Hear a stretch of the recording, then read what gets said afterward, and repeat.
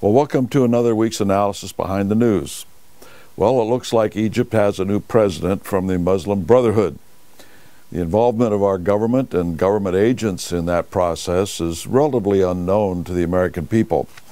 But according to the Wall Street Journal, Islamist wins Egyptian vote. Then under their world news section, it shows party headquarters. And the interesting thing is that they're all giving the communist salute. What you don't realize, most people don't realize, is that the Muslim Brotherhood is based on Marxism, not the Quran. They've stated so on many, many occasions, but using the facade of militant Islam to get communism basically established throughout the Muslim world. That's what's been going on. But you see, because communism is dead, therefore there is no communism, and these people can't be communists if there is no communism, and all of that. The interesting thing is that there were three organizations, and we've talked about them before on these video segments, that went into Egypt to effect this change and bring about the downfall of the Mubarak regime, to be replaced by accident again with a more militant Islamic state. Now, it seems as though every time we send in the CIA or organizations from funded by the United States government through the Democrat Party, the Republican Party, and others, they seem to always make mistakes. It always seems to get worse. Oh, gee, we slipped up again. That's been going on in the old SSRs, as well as Egypt and Libya and other places. Interesting thing about it is that the National Endowment for Democracy, there's that word again, why not the National Endowment for the Republic? But it's always for democracy. And if you know the difference between those two terms, democracy and republic, you would never support a democracy. You'd always support a republic, which is the rule of law. In other words, under a democracy, the majority can vote in just about anything they wish, right or wrong, whereas the government should be limited as to what it can be accomplishing and do, and that's a republic. Government, you can only do these things. In a democracy, they can do anything they want as long as they have 51% agreeing to it. That's not right.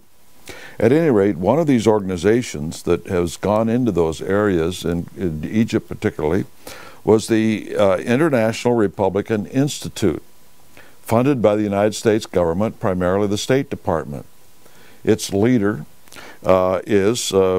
president is Lauren Craner of the Council on Foreign Relations. For those of you who understand that organization, the Council on Foreign Relations since 1921 has stood for a new world order under a system of socialism. You can't deny this by looking at all their publications, their seminars, the direction, the individuals they have involved, etc. Not every member of the Council on Foreign Relations is a dedicated conspirator trying to bring about a new world order. Some people join the CFR as a career move to go up in their company, to become the person that you see in front of the camera at night on CBS, NBC, or CNN, that kind of thing. But those who stick with it for any length of time do understand this is the goal of the Council on Foreign Relations. So we see this organization very active in Egypt and other areas, headed by the CFR, and oh, by the way, their chairman of the board is U.S. Senator John McCain, also a member of the CFR. Now, these are Republicans, if you will, in this organization. They go under a Republican Party banner. It's just that everywhere you turn where these people are, they tend to be the progressive Republicans, if you will.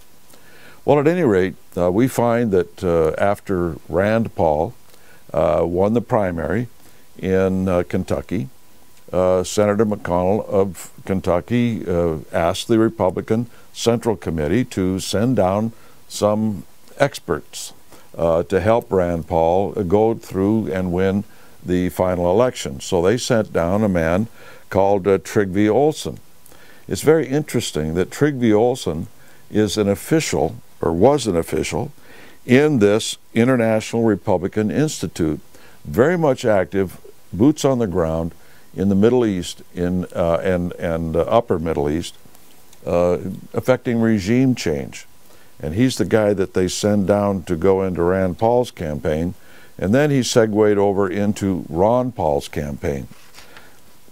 It leaves a lot of questions about this sort of thing, not about Rand or about Ron, but why would they send this particular individual who has a lot of experience in affecting change, if you will, overseas, that always work out to the bad. Just to give you an idea, put this into perspective, the same individuals who run our government, who are trying to get rid of God out of all public life, prayer in the schools, and everything else, is the same government that ostensibly is saving the world from the Muslims, from the militant Muslims. Now, does that compute? They're trying to get rid of God here. They're going to change their minds if it's foreign policy? I don't think so.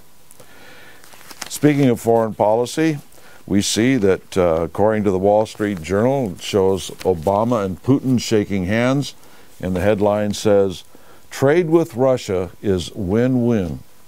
Well, they said the same thing about China, and look what it did to our economy. See, originally they wanted Russia to become the China that China is today relative to being our trade partner and shipping cheap goods to the United States. The John Birch Society put a stop to that back in 1960-61 because we knew what the plan was and we were able to put a stop to it. And we shut down the reciprocity of goodwill trips between Eisenhower and Khrushchev. And so they segued under Nixon over to China and built China into the massive industrial power you see today. And now they're going to go back to square one and have Russia become an industrial power too by exporting stuff to the United States. Another thing, you talk about the getting rid of Christians and Jews in other places like Syria now is on the map. And this is out of the Billings Gazette. I was in Billings, Montana this last week. As Syrian crisis deepens, Christians feel more vulnerable. And it shows where artillery has hit a convent there in Syria. And so now we see that the Christians who've been there for millennia are going to have to start getting out of Syria, it appears too, just like they've been forced out of Iraq, out of Libya, and they're in trouble, the Coptics, Christians in Egypt, and so on and so forth. To sum it up, our government's foreign policy is no different than its domestic policy. If it is trying to establish socialism in the United States, if it is trying to obliterate God from public life, what do you think they're trying to do in our foreign policy? The same thing. But we're forcing it on other people, and by so doing, it makes them mad at you and me, us Americans. We're the problem, not the government that is imposing these things. We don't like what's going on any more than those folks do. And lastly, I noticed all through the publications this last week that Merkel of Germany just simply has to finance the EU. You Germans just don't get it. You're the biggest economy there. You're going to have to finance Greece and Spain and Portugal and Lord knows who else in the long run. We've got our own problems here, but nonetheless, the Federal Reserve is planning on sending money to Europe to help bail them out. It won't be just Merkel, it will be you, the American taxpayer, through the Federal Reserve. Until next week, we'll see you then.